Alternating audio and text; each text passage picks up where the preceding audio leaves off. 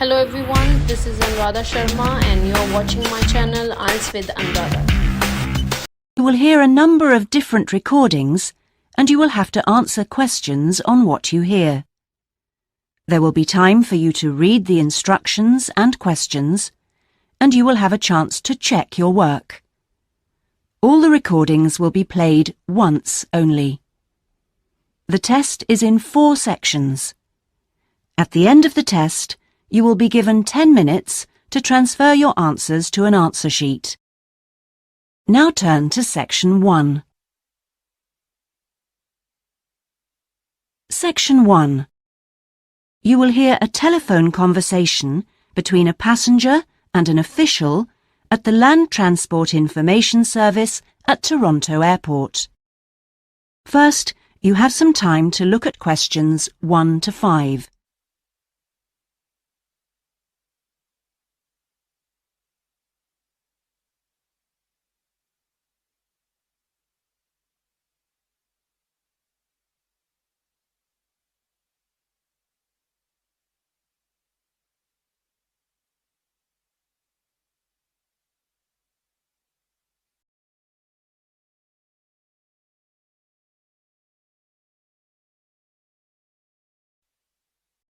Now we shall begin. You should answer the questions as you listen, because you will not hear the recording a second time. Listen carefully and answer questions 1 to 5. Hello, this is Land Transport Information at Toronto Airport. How may I help you?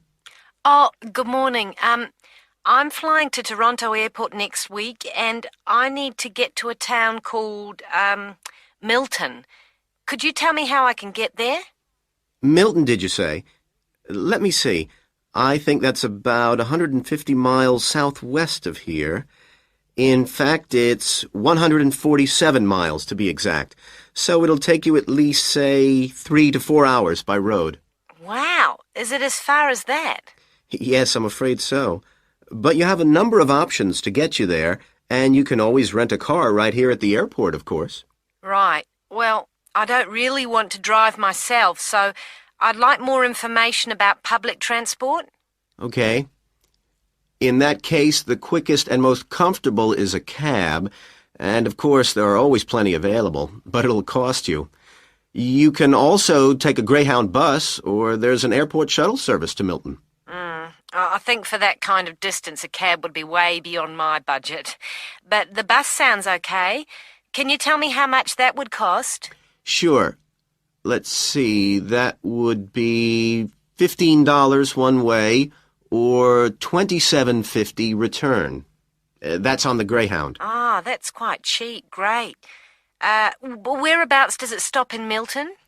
It goes directly from the airport here to the city center, and it's pretty fast. But you have to bear in mind that there is only one departure a day, so it depends what time your flight gets in. Ah, of course. Hang on. Oh, we're due to get there at 11:30 a.m. Too bad. The bus leaves at 3:45, so you would have quite a wait, more than 4 hours. Oh, I see. Well, what about the shuttle you mentioned? Okay, that's the airport shuttle that will take you from the airport right to your hotel or private address. It's a door-to-door service, and it would suit you much better because there's one every 2 hours. So how much does that cost? Let's see. Yeah, that's $35 one way, $65 return. So I guess it's a bit more expensive than the Greyhound. Oh, that doesn't sound too bad, especially if it'll take me straight to the hotel. But you do need to reserve a seat. Okay.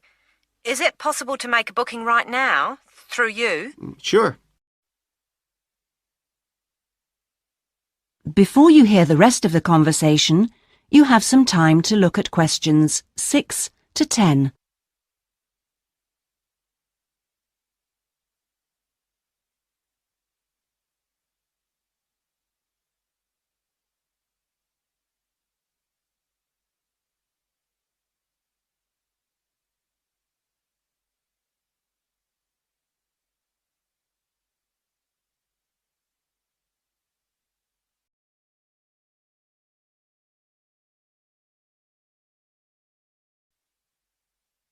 Now listen and answer questions 6 to 10. Okay, I just have to fill this form out for you. So, what date do you want to book this for? The 16th of October. Oh, no. Sorry, that's my departure date. I arrive on the 17th, so book it for them, please. So that's the Toronto Airport shuttle to Milton. And this is for just one person, or? Yeah, just me, please. Right. And you said your expected time of arrival was 11:30? So if I book your shuttle for after 12, let's say 12:30, that should give you plenty of time to, collect your baggage, maybe grab a coffee. Yeah, that sounds fine. As long as we land on time. Well, we'll take your flight details, so you don't need to worry too much about that. Now, what about the fare? What sort of ticket do you want? One way or... Yeah, that'll be fine, provided I can book the return trip once I'm there. No problem. Just allow a couple of days in advance to make sure you get a seat. And what is your name, please? Janet Thompson. Is that Thompson spelled with a P? No, it's Thomson. Okay. And you'll be coming from the UK? What flight will you be traveling on? It's Air Canada flight number AC936 from London Heathrow. Right. Now, do you know where you'll be staying? We need to give the driver an address. Yes, it's called the Vacation Motel, and I think it's near the town centre. Anyway, the address is 24 Kitchener Street. That's Kitchener Street. That's fine. Right, so that's $35 to pay, please. Have you got your credit card number there? Yes, it's a Visa card, and the number is 3303 8450 2045 6837. Okay. Well, that seems to be everything. Have a good trip, and we'll see you in Toronto next week. Yes, bye. Oh, thanks for your help. That is the end of section 1. You now have half a minute to check your answers.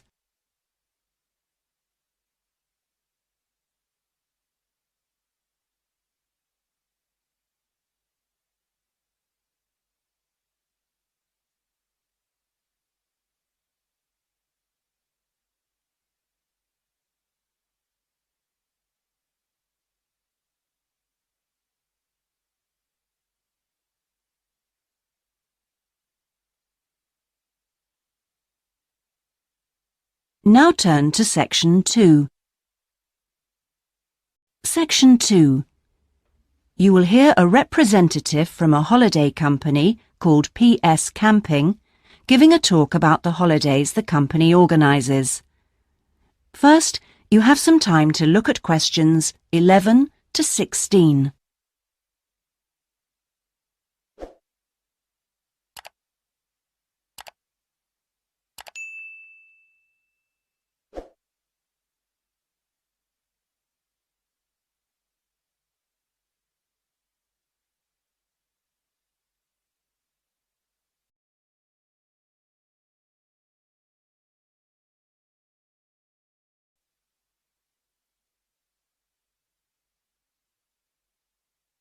Now listen and answer questions 11 to 16. Thank you all for coming to my talk this evening. It's nice to see so many people in the audience. For those of you who don't know very much about PS Camping, let me start by giving you some background information about the company. The company started 25 years ago. It actually opened as a retail chain selling camping equipment, and then, 20 years ago, it bought a small number of campsites in the UK and began offering camping holidays. The company grew rapidly and has been providing holidays in continental Europe for the last 15 years. If you book a camping holiday with us, you'll have a choice of over 300 sites. In Italy, we now have some 64 sites that we either own or have exclusive use of. France is where we have the majority of sites. and we currently have a project to expand into Switzerland. We also have a number of sites in northern Spain, particularly in the mountainous region of Picos de Europa. We've upgraded all these Spanish sites and improved them considerably from their original 3-star rating. We believe our holidays offer superb facilities for the whole family.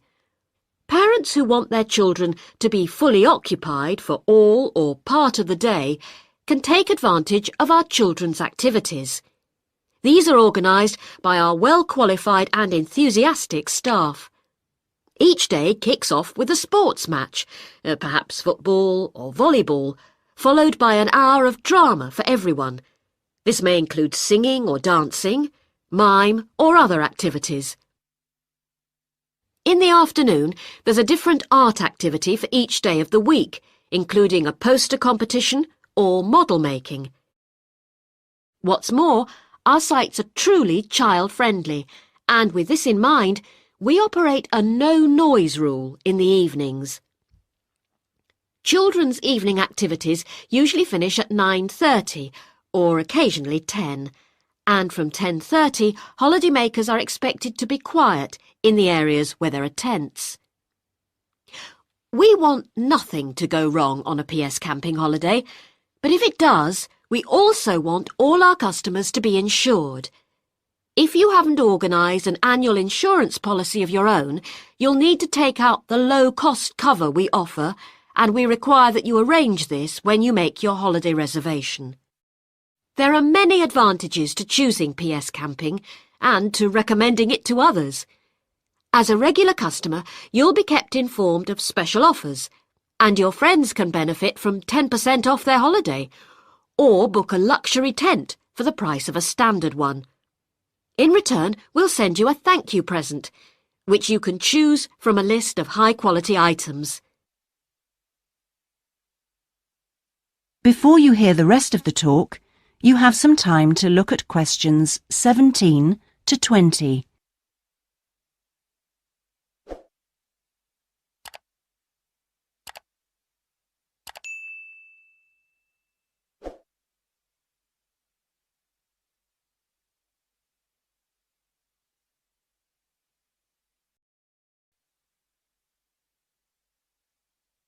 Now listen and answer questions 17 to 20.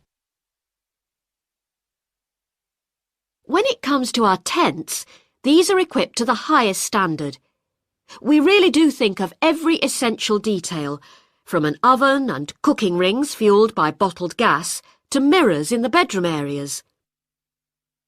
If you don't want to cook indoors, you can borrow a barbecue if you ask in advance for one to be made available. And there's even a picnic blanket to sit on outside your tent. Inside, a box of games and toys can be found, and children's tents can be hired if required.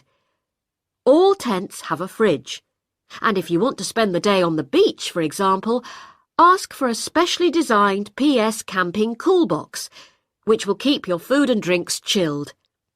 There are excellent washing facilities at all our sites, with washing machines and clothes lines in the central areas, along with mops and buckets in case your tent needs cleaning during your stay. All sites have a cafe and/or a shop for those who'd rather eat in than dine at a local restaurant. That is the end of section 2. You now have half a minute to check your answers.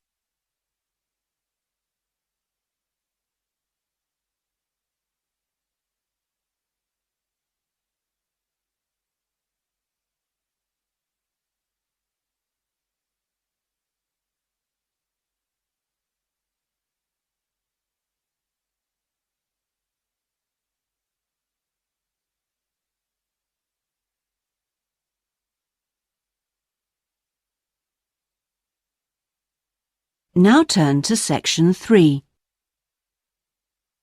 Section 3. You will hear a tutor talking to 2 business students called Philip and Janice about their research on managing individuals. First, you have some time to look at questions 21 to 23.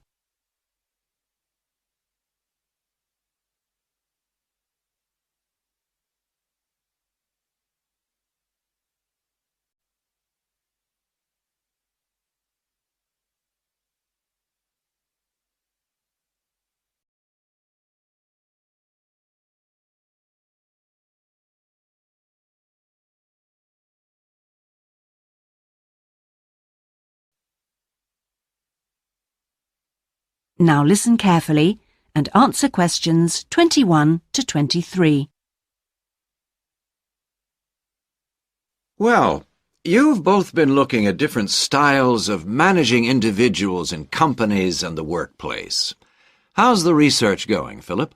Well, I've been looking at why individualism, individual differences, are such an important area of management studies. When you think about any organisation, be it a family business or a multinational company, they're all fundamentally a group of people working together. But it's what these individuals contribute to their places of work that makes you realise how important they are. Of course, they bring different ideas, but it's also their attitudes and their experiences of learning. Diversity is important in these areas too. So why do people behave so differently from one another at work? There are lots of reasons, but research has shown that a lot of it comes down to personality. And the other factor is gender. It's a well-known fact that men and women do lots of things in different ways, and the workplace is no different. Did you look at the effects of this variation on companies? Yes, I did. On the positive side, exposure to such diversity helps encourage creativity, which is generally an asset to a company. But unfortunately, individual differences are also the root of conflict between staff, and they can lead to difficulties for management, which can sometimes be serious. Before you hear the rest of the conversation, you have some time to look at questions 24 to 30.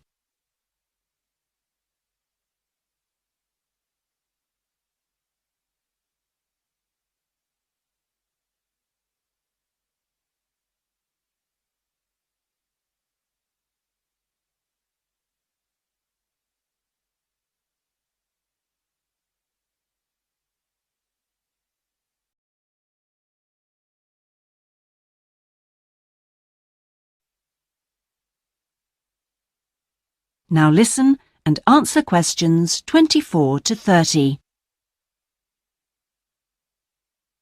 Thanks, Philip. So now I guess the two main things to remember here are to identify individual talent and then to utilize it. So, Janice, you were looking at identifying different talents in workers. Do you think this is easy for managers to do? Well, currently, teamwork is in fashion in the workplace, and in my opinion, the importance of the individual is generally neglected. What managers should be targeting is those employees who can take the lead in a situation and are not afraid to accept the idea of responsibility. That's true, Janice, but unfortunately many managers think the entire notion of encouraging individuality amongst their staff is far too hard. Yes, that may be true, but I think one of the most important tasks of managers is to consider the needs of the individual on one hand, and group cooperation and conformity on the other. It requires creative thinking on the part of management to avoid tension. So, Janice, what kind of people do you think companies should be looking for? Well, it has to start from the very beginning, when companies are looking for new employees. When the personnel department is choosing between applicants, they need to look for someone who's broken the mould and can think for themselves. Instead, people making these decisions often use a range of psychological tests to see if a person is a problem solver or will do as they're told. I'm not convinced these qualities are actually the most important. So do you think being a good team player is overrated? No, it's not overrated. You do need to learn the rules and learn them fast. No individual can get around this if you're working in an organisation. So how should managers deal with this? Rewards. When an individual demonstrates the behaviour the organisation expects, some kind of incentive can be given. What's important here is that this happens right at the beginning, so new recruits learn the rules of the system immediately. Also, the incentive should be something the individual actually wants, and this isn't always just money. To come back to you, Philip, you were saying that recognition of good performers is essential. Now, what else should managers be looking for? Well, Managing people means you not only have an understanding of your employees, but you also recognise the culture of the organisation. In fact, for some organisations, creativity and individuality may be the last thing they want to see during working hours. Very true. Yes, but managing people isn't as easy as it looks. For example, change in the workplace can be quite tricky, especially if there's a need to increase profit. And at times like these, managers may have to give priority to profit rather than individual staff needs. Yes, and that creates difficult situations for people. Yes, but what's important is that managers are able to deal with quite high levels of personal stress. During times of change, they should be thinking not only about the strain on their staff, but take time out to think of themselves. Absolutely. So, what are the implications of that? That is the end of section 3. You now have half a minute to check your answers.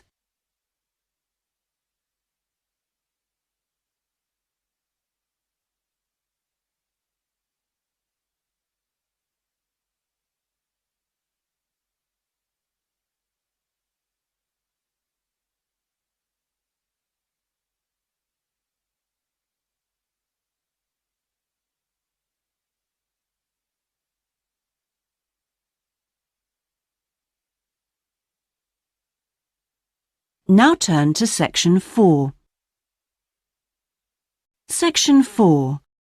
You will hear part of a lecture about cave paintings and other types of rock art. First, you have some time to look at questions 31 to 40.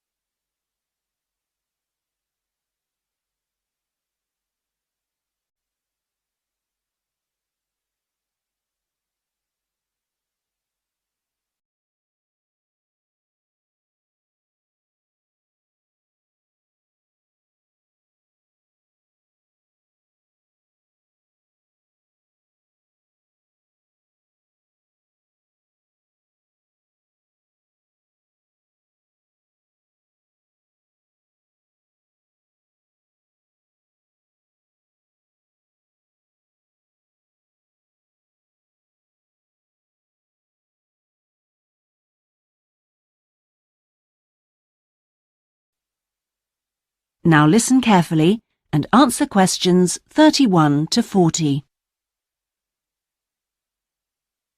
Good afternoon, everyone. This is the first seminar in preparation for our archaeological fieldwork in Namibia. We are fantastically lucky to have received partial research funding for this trip from our institute, so I shall expect 200% attention and participation from you all. First in this seminar, I'm going to give a brief introduction to contemporary research on rock art, and in the second part, I'm going to give you some do's and don'ts for our fieldwork trip in April, so please listen very carefully. I'm first going to focus on the interpretation of rock art in Namibia. We are very fortunate to be going to an area where you can find some of the most important sites in the entire world, and I hope to show you how easy it is for everyone to make mistakes in looking at cultures which are different from our own, the first and most important lesson we have to learn. In Namibia, there are both paintings and engravings. That's where the surface of the rock is cut out. Many of the engravings show footprints of animals, and most scholars used to think that the purpose of these was simple and obvious. This rock art was like a school book with pictures to teach children about tracks, which track belonged to which animal, giraffe, lion, and so on. But there were some mysteries. First, when you look at a typical Namibian painting or engraving, you see the tracks are repeated. There are dozens of tracks for the same animal. Well, you'd expect just one clear illustration if the reason, the aim was to teach tracking. Now, there were two more problems. Why are some of the engravings of animals very accurate, as you'd expect, all clearly identifiable, and others quite unrealistic? And another mystery. Some of these unrealistic animals, that's in the engravings, seem to be half human. Some, for example, have got human faces. Many researchers now think that these were pictures the wise men engraved of themselves. They believed they could use magic to control the animals they had drawn, so the hunters could then catch them for food. This shows you some of the dangers of coming from one culture to another, as we'll be doing, without understanding it fully. Scholars imagined that children looked at rock art pictures to learn to track, just because they themselves had learnt skills from pictures. Many researchers now believe that rock art had a much more complex purpose, and we'll talk more about it next week.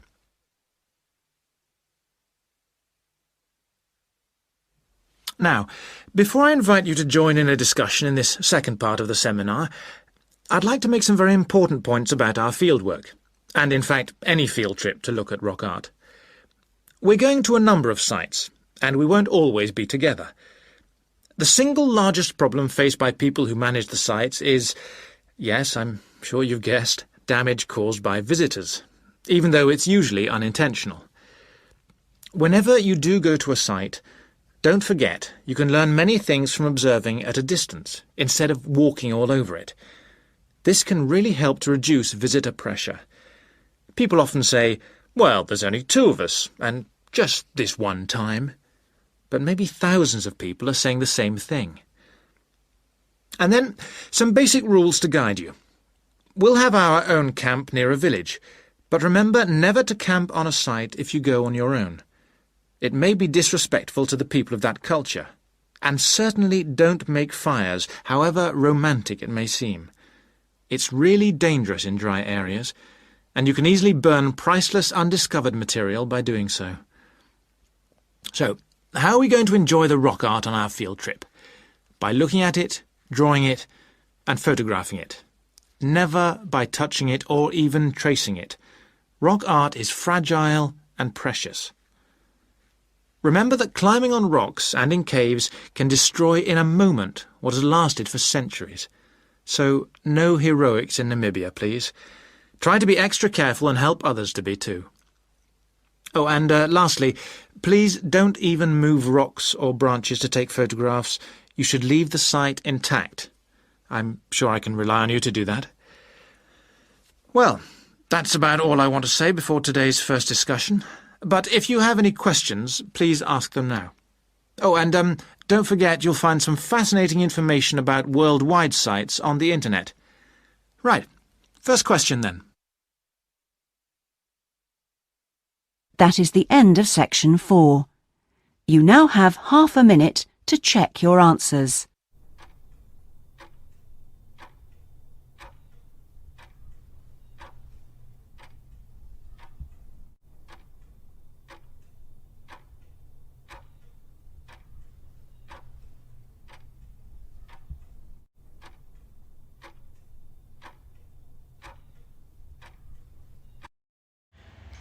Thank you for watching and stay tuned for more videos.